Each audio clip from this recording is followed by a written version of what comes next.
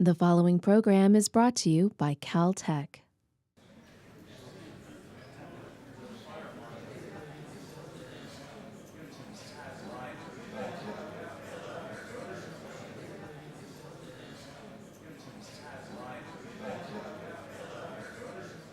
Our next speaker is Brian Wilcox. Brian is the manager of space robotics technology at JPL. For 20 years, he was the supervisor of the robotic vehicles group, developing much of the technology for the rovers that have explored Mars since 1997. He has a bachelor's degree in physics and mathematics and a master's degree in electrical engineering. Please welcome Brian Wilcox. Thank you, John. I guess remote mic is working. So I want to talk to you today about capturing non-cooperative objects, and this leads you to kind of an obvious list of topics, which includes first just kind of looking at the literature of what sorts of things have been done. The capture of non-cooperative objects has received actually quite a bit of attention in the last decade or so, and most especially in the last few years, because of the subject of orbital debris. Many of you are aware that a Soviet-era satellite, upper stage, I guess, hit, or no, I believe a satellite hit an Iridium satellite, causing quite a bit of orbital debris, and also a Chinese anti-satellite weapon test also generated quite a bit of orbital debris. Both of those bumped up in quantum events, significantly the amount of orbital debris, and this has caused the fact, especially the impact, the unanticipated impact of two satellites. Many people had thought that space is so big that really it was going to be a long time before two real satellites impacted each other, and this occurred much earlier than many people had predicted, and yet.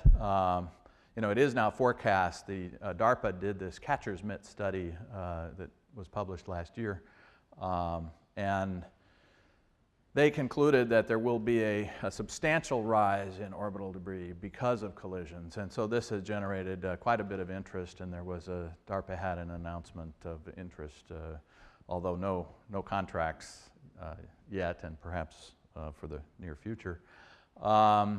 To look at how to do this. So people have started studying this, and in the catcher's mitt report, they talk about advanced rendezvous and proximity operations.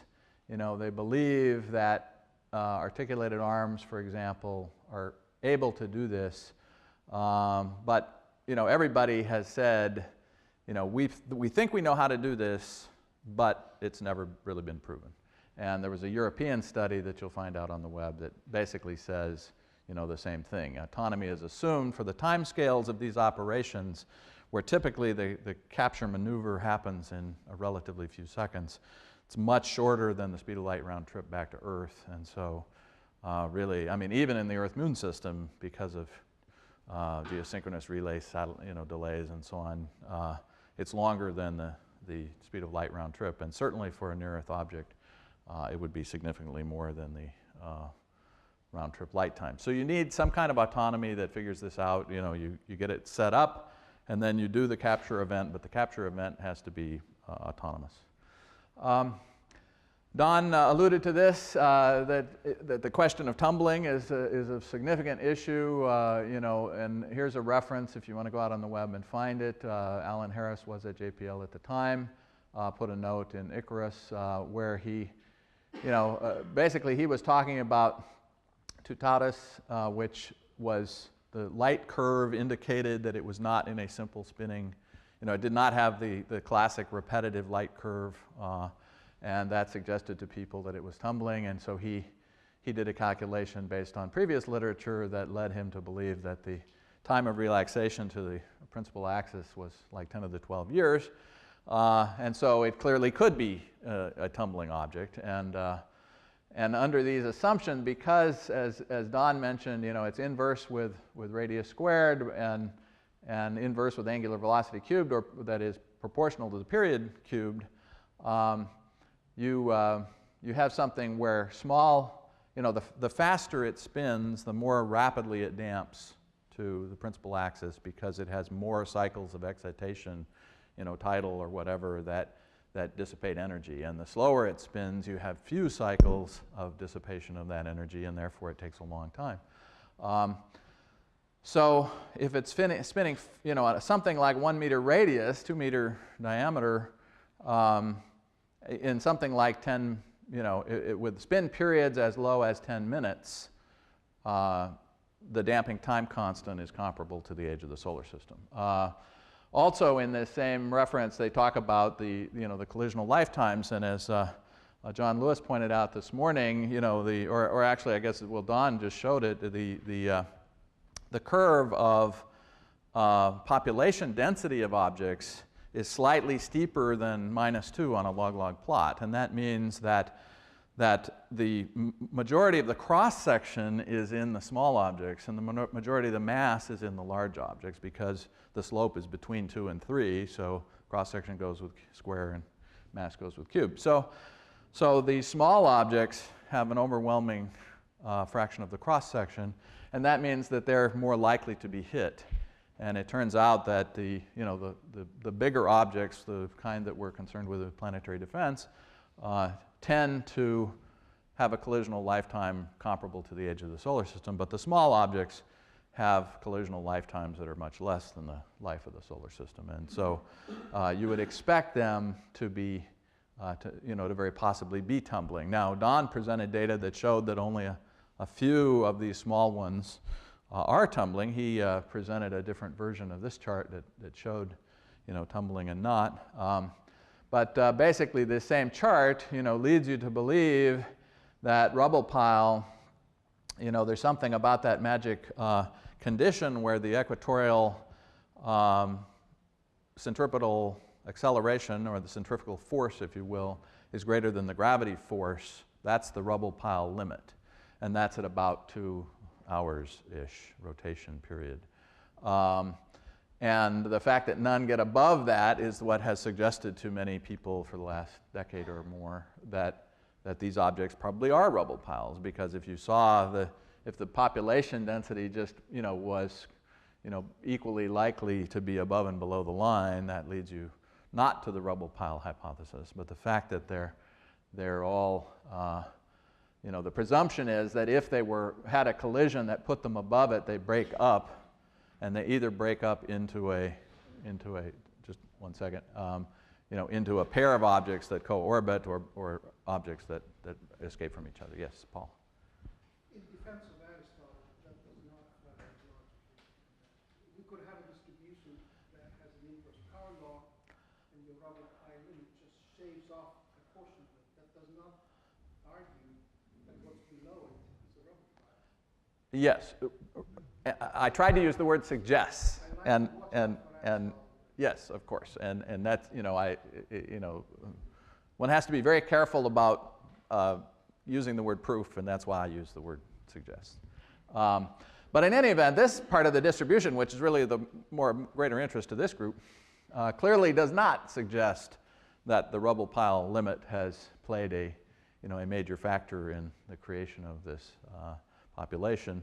And so, again, the same comment that Don just made, which is that these are very possibly monolithic. Now, that they don't have regolith, let me just say they don't have regolith. If they're principal axis spinners, they won't have a regolith on their equator. That is, they won't have loose material because the centrifugal force is greater than gravity. But at the poles, they could still have regolith. And of course, if they're tumbling, depending on how closely aligned the principal, the angular momentum vector is to the principal axis, that will determine somewhat of whether they have regions of regolith. Now, back in the 80s, we did research at JPL. This is from what's called the Telerobot Testbed. Basically, we had a spinning satellite which was on a free gimbal. It had a counterweight, so it could actually move in 6 degrees of freedom over a certain work volume. We had cameras that looked at it. We had a model of the object. We tracked it. We had a real-time edge detector, which at that time was sort of the state-of-the-art in machine vision. We could track it. You see the flashing dots there indicate that the model is, in fact, being correctly and continuously tracked on the object in the camera images. And then we had 2 arms. This object, this satellite weighed about 400 pounds. These arms are rated at 5 pounds. And we had these Velcro attachment pads, and we were able then to match velocity with the surface and bring this thing to stop, within a relatively short distance, consistent with the 5-pound limit on the robot arms and the 400+ pound satellite mass. The one thing I might mention is that we had force torque sensors. You saw those gold bands on each of the arms. At the instant of capture, you want to switch from position control to force control so that you manage the forces. And that's especially true with the uncertainty in the mass, and therefore the uncertainty in the angular momentum and so on. You need to manage the forces. And this demonstrated the key ingredients that you need to track it ahead of time, you need to synchronize your motion, and then you need to attach to it with some combination of active and passive compliance so that you don't break things. You can do a little, kind of high school physics on this situation, and in the yellow cells you put the assumptions like the nominal density. I used a 10-minute spin period, a radius of 2 meters, which would be a 4-meter object, 4-meter diameter. I used a SEP, a beam power. I was using 55% efficiency on a 30 kilowatt, which is the same as the Dawn efficiency. I think right now they're running around 55. John Brophy mentioned earlier that 65% can be achieved, but 55 is not a bad number, 3,000 seconds. And you end up with, you generate a thrust of 1 Newton, which is very consistent, I think, with what John showed this morning. And if you apply that at the radius, you have to thrust for 600 seconds. That is 10 minutes, which is 1 spin period. So you can stop this thing with 1 Newton of force applied tangentially at the equator for 1 nominal spin period. This is not surprising. When you think back, the equatorial speed of these objects is centimeters per second. You're going to bring them back to Earth. That's going to take delta V's of approaching a kilometer a second, maybe even more. And so we shouldn't expect that the angular momentum, which is kind of the mass times the equatorial velocity, is certainly related to that. That is, the linear momentum would be its mass at the equatorial velocity. That is very small compared to the thing we're going to try to ultimately accomplish, which is to bring it back to Earth. And so we should not be surprised that the propulsion system that's capable of bringing it back to Earth can stop the rotation of one of these objects in a very short period of time. The issue, of course, is you got to grab onto it, and how do you do that? Now, before you can grab onto it, you probably want to model it. Now, there are, there were, I should have mentioned in the DARPA study that they gave a list of their favorite mechanisms, and some of them involved inflatables and throwing a net over it and so on. And some of those don't require modeling, but most people who have considered this problem do assume that prior to contact you do want to have a 3D model. And 3D models are kind of a dime a dozen these days. I mean, you can go on the web and you can get a wide variety of places. You can send them multiple images and they'll send you back a CAD model and for free. And we've used this to advantage in some of our work. Also, there are plenty good real-time stereo systems, not the least of which is the one that's operating on the Mars exploration rovers right now. So many groups have stereo vision systems, and of course then there's all manner of LiDAR. You might want to carry a LiDAR. LiDARs have certain advantages for rendezvous as well. I mean, you certainly need both range and range rate. And LiDARs and radars and so on give you the range rate information that is very helpful in rendezvous.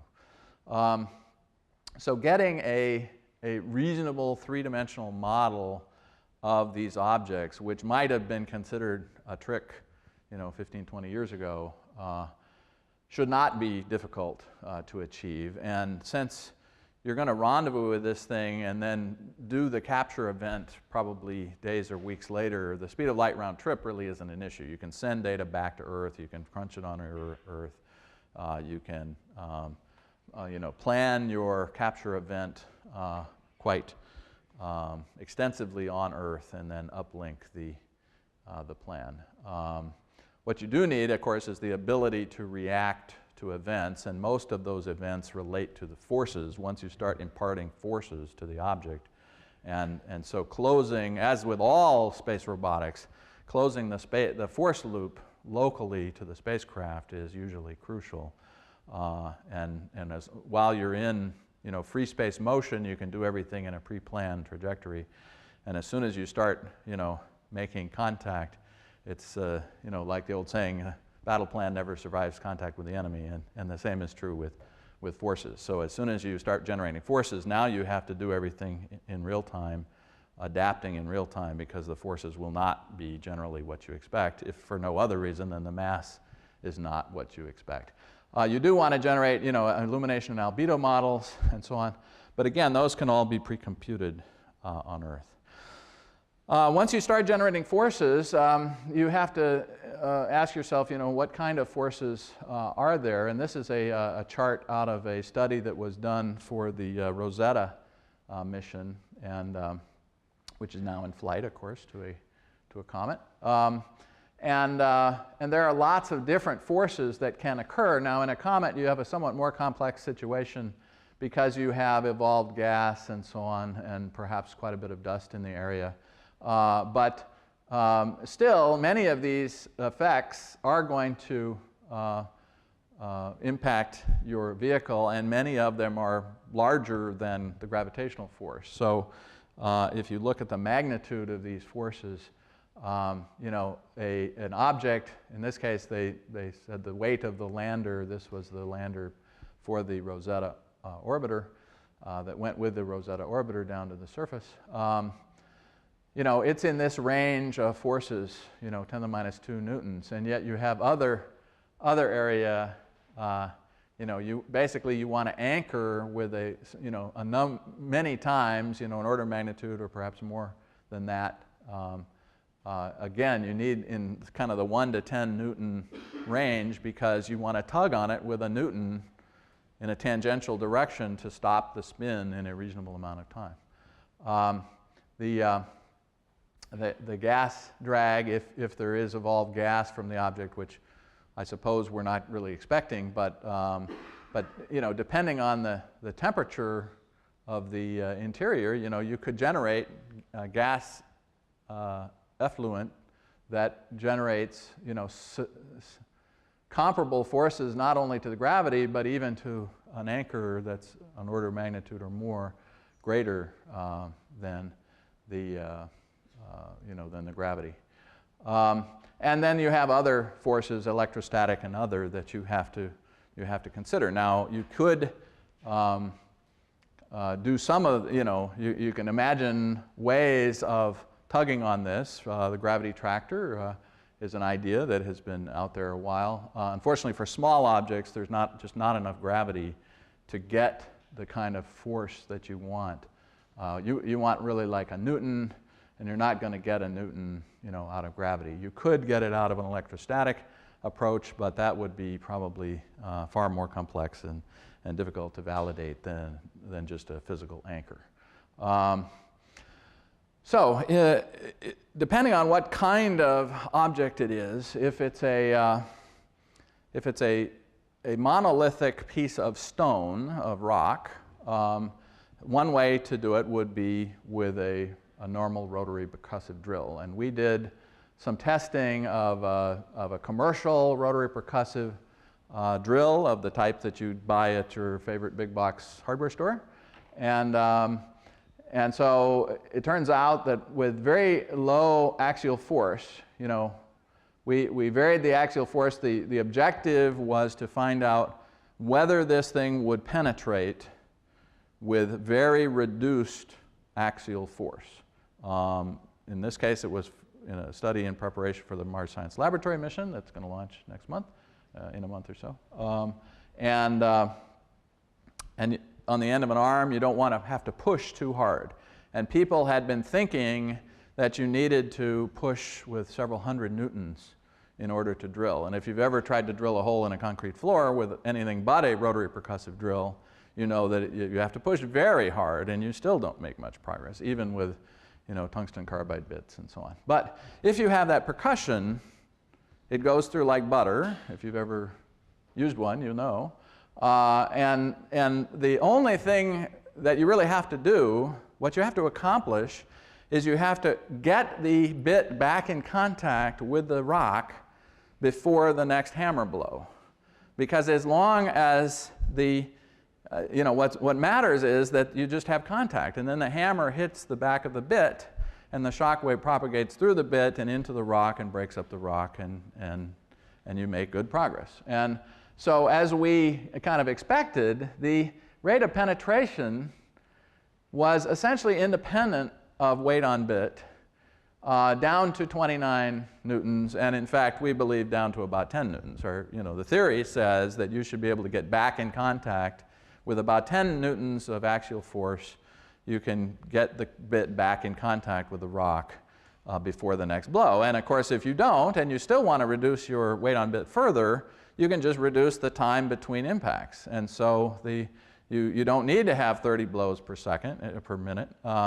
You know, you can have, you know, very few blows, and all you need is just enough force to get the bit back in contact with the surface. And so this, you know, effect suggests that with the normal attitude control system of a spacecraft, and using something like a kilogram of reaction mass in your RCS system, you can hold your vehicle onto the surface long enough to drill a pilot hole. And once you have a pilot hole, which is perhaps a centimeter in diameter and several centimeters deep, if it's a monolithic basalt type rock, you could, you know, you could put in an expansion anchor and hold yourself down, and now you can pull real hard. I mean, a normal 1-ton anchor that goes into a concrete floor is only about that big, and you can pull a ton on it. So, so then you can provide all your own reaction force, and you can drill deeper holes. And the equatorial velocity of this object is not so high that the normal reaction control system of a spacecraft would not be easily able to match velocities and synchronize its motion with the surface, and then hold itself down on the surface with the 10 newtons of force long enough to get the pilot hole started. And all that would take of order a kilo or two of total reaction mass. So well within sort of the nominal design. I mean, you'd certainly want to put it in your mass budgets, but would not strain the normal allocation of RCS fluids and things like that. Before I go on to non-rock type systems, let me just mention that Aaron Parness, who's in the audience, has done a lot of research lately, which I don't talk about in this, but he has a lot of little claws, and he's gone down, did his PhD thesis on gecko's feet type stuff. And if you have a monolithic dust-free system, you can grab with these little microscopic hooks, grab a hole directly, and I think that is a tremendous possibility. You have a movie that I wish I'd asked you for, where he just drops his micro hook array onto a rock and lifts. What must be a 50-pound rock or something like that, right, Aaron? So anyway, maybe later you can show people that movie or something if you've got it with you, because I realize now that I should have asked you for that. Now let's go to the case where there's regolith. Let me just also mention there's the nickel-iron case, and if you have to anchor to a nickel-iron asteroid, an electromagnet is the right way to go. You know, electromagnets are really simple, and they create tremendous force. If you've ever looked at them lifting up junk in a scrapyard with an electromagnet, for a very small amount of power, you can generate tremendous force on nickel iron. Yes, well, yes, you could, although it turns out that with milliwatts and with a coil that big and a few milliwatts, you can generate the 1 to 10 newtons easily, and so it may or may not be simpler than the switchable magnet. But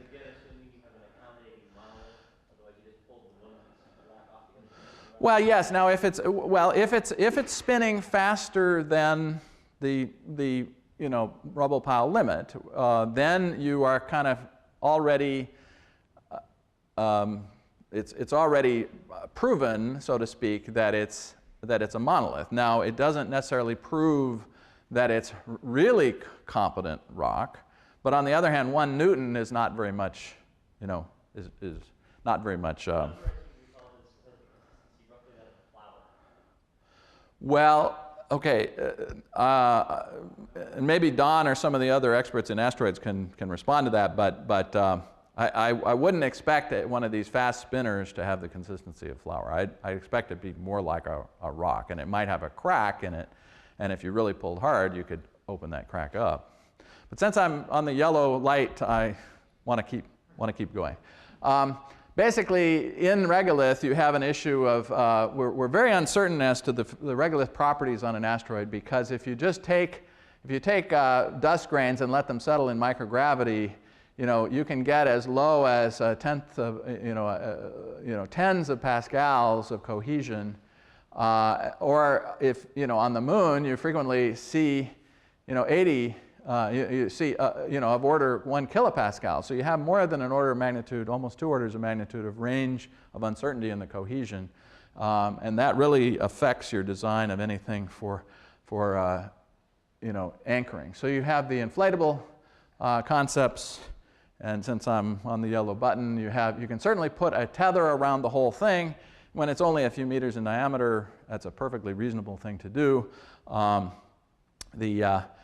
The Windlass effect, that is the e to the theta, mu theta, increase in tension as you wrap around a cylinder, very rapidly gets you to the point where even the smallest force, if you can get a couple of wraps around it, you've got it tight. You don't even need to anchor the end. Just the molecular forces will anchor the end strong enough. So that's certainly one approach. The helical anchor, which is what we've worked with, where in the literature you'll see that they don't have continuous flutes all the way down. They just have very isolated flutes. It turns out you get the same pull-out force as you would with a continuous helical flute, but you get something like 1/10 as much friction. And so you're able to anchor into this with relatively low reaction forces and moments without reducing the pull-out force. And the pull-out force is basically the cohesion times the area of the cone that you'd pull out. If that whole thing started to go, you'd pull a cone, at the very least a cylinder, but probably a cone of the soil, and the surface area of that soil times the cohesion is the pull-out force. And that's why knowing the cohesion is very important, and we have no idea really what the cohesion is. The real question is the 1,6 G on the moon, somehow does it bias the compaction under micrometeorite bombardment to increase the cohesion? Or do these particles really just, if they float around in microgravity and then they're bombarded by micrometeorites over the same period of time and over the same environmental conditions roughly as the moon, hard vacuum, 1 AU, and so on, is that 1,6 G critical in biasing the compaction process? We don't know. Intuition suggests it's not, that you would expect the regolith on asteroids to be not that different from regolith on the moon, because you would not expect the 1,6 G to play any real role in the compaction process. That's my intuition. Other people could differ. Then there's a Harpoon Anchor, which if it's a monolith, of course, for these small objects, you risk with a harpoon, you risk breaking it up. And so I tend to not favor the harpoon approach, although some people certainly do. We built one of these helical anchors, and we built a pair of counter-rotating helical anchors.